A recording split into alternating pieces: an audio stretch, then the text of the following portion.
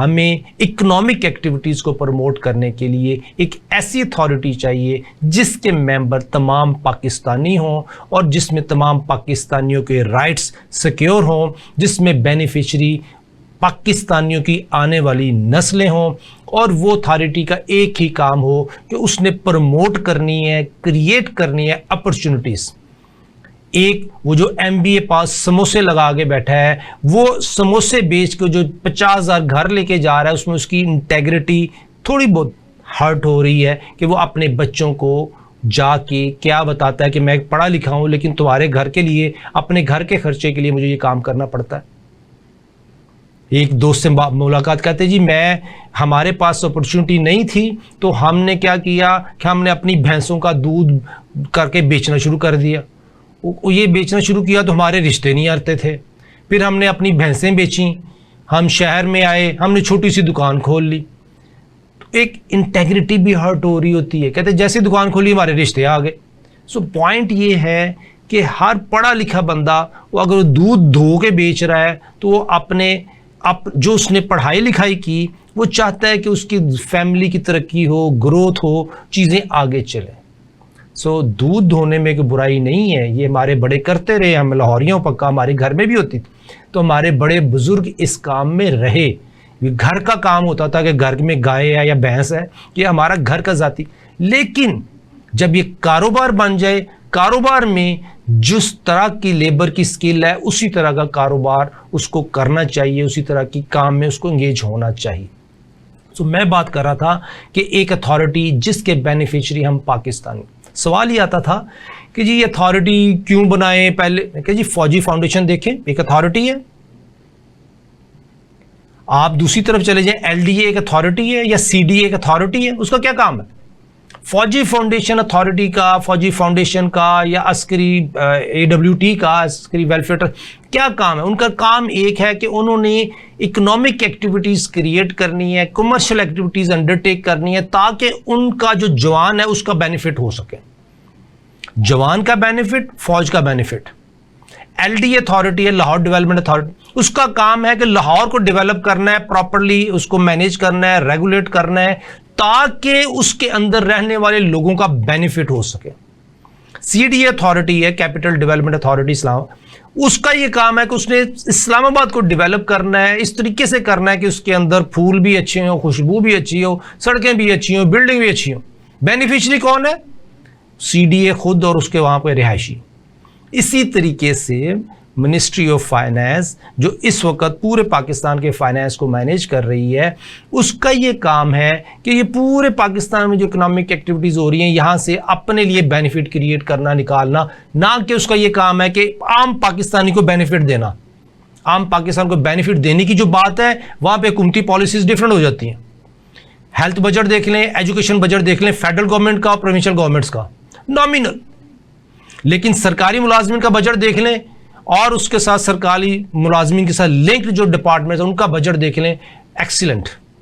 سود کا بجٹ دیکھ لیں، زبردست، کہ سود تو دے دینا ہے لیکن بینیفٹ پاکستانی کو نہیں دینا۔ یہ ہماری آج کی پالیسی جو کہ غلط ہے، اس کو الٹا کر دیں۔ منسٹری آف فائنانس کا کام یہ ہونا چاہیے کہ وہ بینیفٹ پہنچائے پاکستانیوں کو۔ جب وہ بینیفٹ پہنچانے کی پالیسیز کریے گی، جب وہ بینیفٹ پاکستانیوں کو پہنچے گا تو اس کے اگینسٹ جو واپس بینیفٹ ٹیکس کی صورت میں آئے گا وہ اس سے ڈبل ہوگا جو اس وقت منسٹری آف فائنانس امپوز کر کے بیٹھی ہوئی ہے پاکستانی پہ ٹیکسز۔ 28 ارب آپ نے 10 ارب پر ڈے کا اضافہ کیا ہے پچھلے سال کے اس سال کے بجٹ میں، بالکل ٹھیک ہے، لیکن کیا اگلے سال ہم اس کو مینٹین کر پائیں گے؟ اگر اکنامک ایکٹیویٹیز بڑھیں گی، GDP بڑھے گا تو ہم اس کو ضرور مینٹین کر پائیں گے۔ آپ دیکھیے ہمارا GDP ہے کتنا، $300 بلین، $350 بلین۔ 2017 میں بھی اتنا ہی تھا، $350 بلین، آج بھی ہمارا $350 بلین۔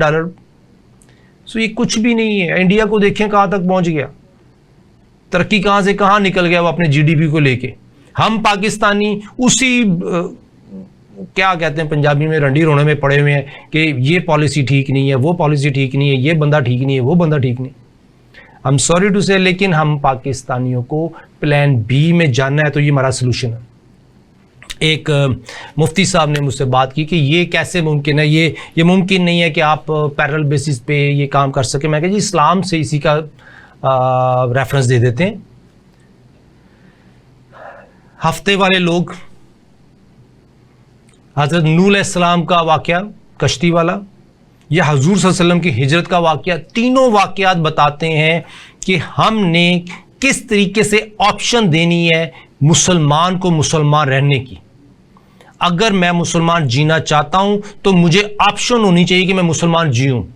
مجھے آپ فورس نہ کریں کہ میں نان مسلم کی زندگی گزاروں. اسی طریقے سے جس طرح نان مسلم کو ہم فورس نہیں کر سکتے کہ وہ مسلمان ہو جائے، ہم کافر کو، عیسائی کو، یہودی کو، کسی کو فورس نہیں کر سکتے وہ مسلمان ہو جائے. لیکن ہمارا سسٹم، ہم پاکستانیوں کا جو لیگل فریم ورک ہے، اس میں آپ ہمیں مجبور کرتے ہیں کہ ہم مسلمان نہ ہوں. تو مسلمان ہونا، مسلمان مرنے میں آپ ہمیں کہہ رہے ہیں کہ کام جائز ہے کہ مسلمان ہے نان مسلم مر جائے، جائز ہے. لیکن نان مسلم کو مسلمان کرنے میں آپ یہ کہتے ہیں کہ فورسفلی نہیں کر سکتے. بالکل ٹھیک کہتے ہیں. ہم پاکستانیوں کو اس مسئلے سے نکالنے کے لیے شہباز شریف صاحب آپ کے پاس بہت اچھا موقع ہے. توبہ بھی ہے، راستے بھی کھلے ہیں. اورنگزیب صاحب ایک پروفیشنل آدمی ہیں.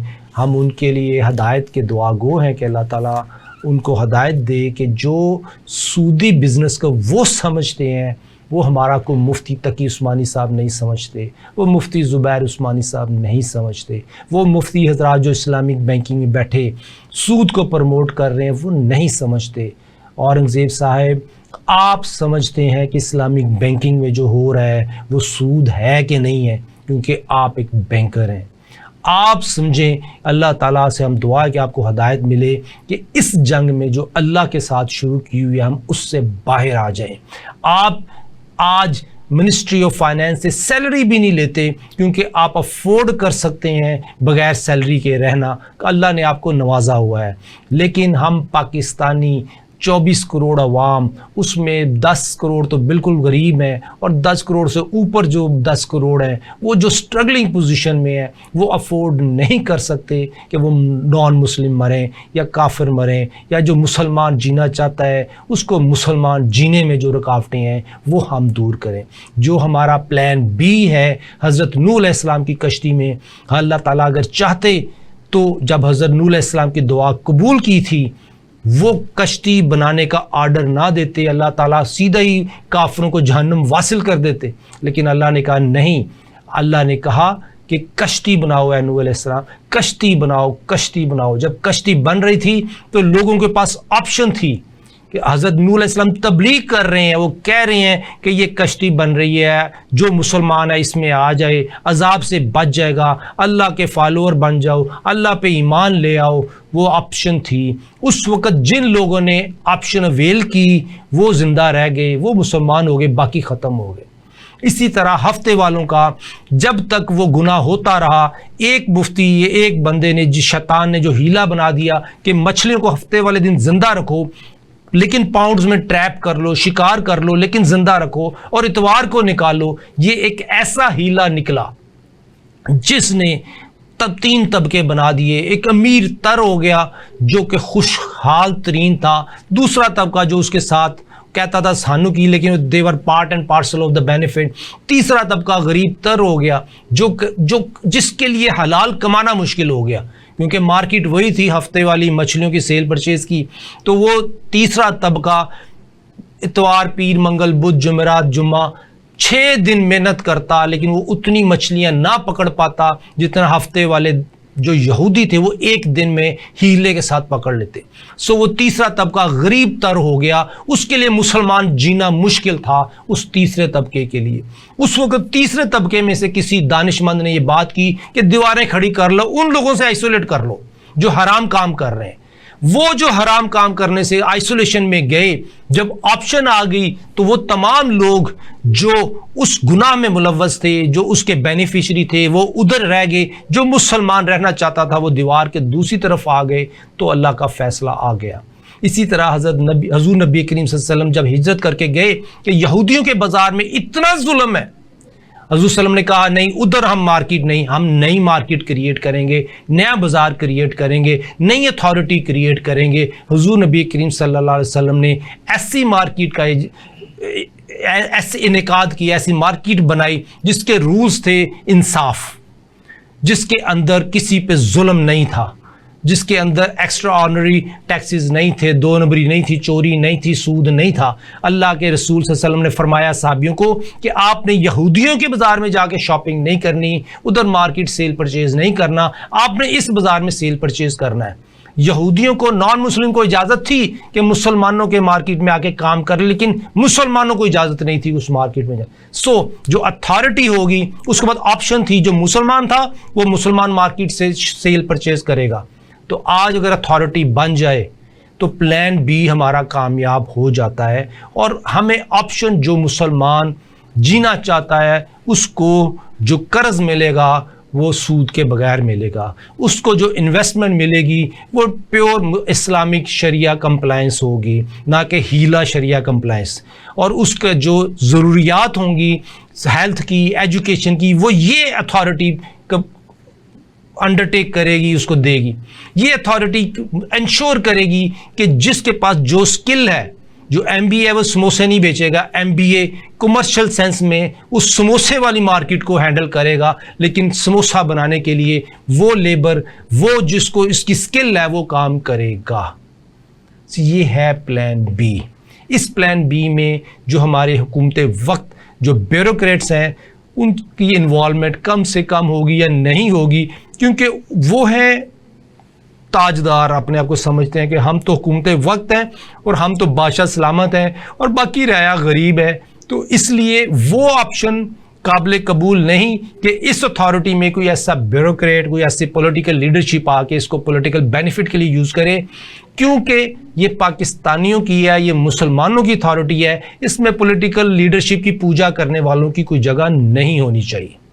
جو پولیٹیکل لیڈرشپ کی پوجا کرتا ہے وہ ان کی پوجا کرے، جو اللہ کی عبادت کرتا ہے، اللہ کو اپنا رب مانتا ہے، وہ اس اتھارٹی میں آ کے وہ محنت کرے جو حضور نبی کریم صلی اللہ علیہ وسلم نے اپنے اس صحابی کو کہا تھا کہ کلہاڑا لے کے جاؤ اور جا کے جنگل میں درخت کاٹو، لکڑیاں کاٹو، اور لکڑیاں اٹھا کے اپنے شولڈر پہ اپنے لے کے بازار میں آؤ، بازار میں بیچو، جو وہ پیسے آئیں گے وہ تمہاری محنت کی کمائی ہے، وہ لے کے گھر جاؤ اور اپنے بچوں کا رزق۔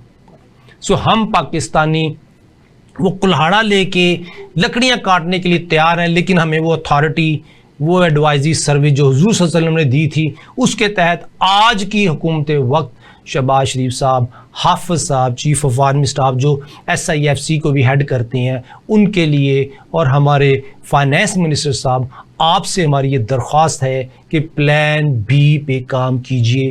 پلان بی ہمارا سروائیول ہے۔ یقین جانیے یہ 37 ماہ کا جو IMF کا پروگرام ہے، اگر آج آپ پلان بی سٹارٹ کرتے ہیں تو 37 ماہ بعد ہمیں IMF کی ضرورت نہیں ہوگی۔ اگر آپ نے پلان بی پہ کام نہ کیا تو 2030 میں پاکستانیوں کو 10 لاکھ روپے کا لیٹر آئل ملے گا۔ اگر ہم نے پلان بی پہ کام نہ کیا تو یہی حال رہے تو ہماری کرنسی $1 10 لاکھ روپے تک پہنچ جائے گا۔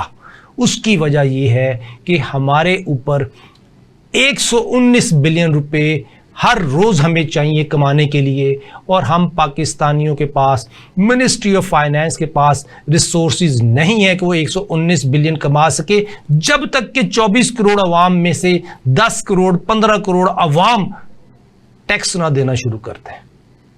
یہی ہماری آج کی درخواست ہے آپ کے ساتھ۔ اسلامک اکنامک سسٹم بیس کرتا ہے جسٹس پہ، انصاف پہ۔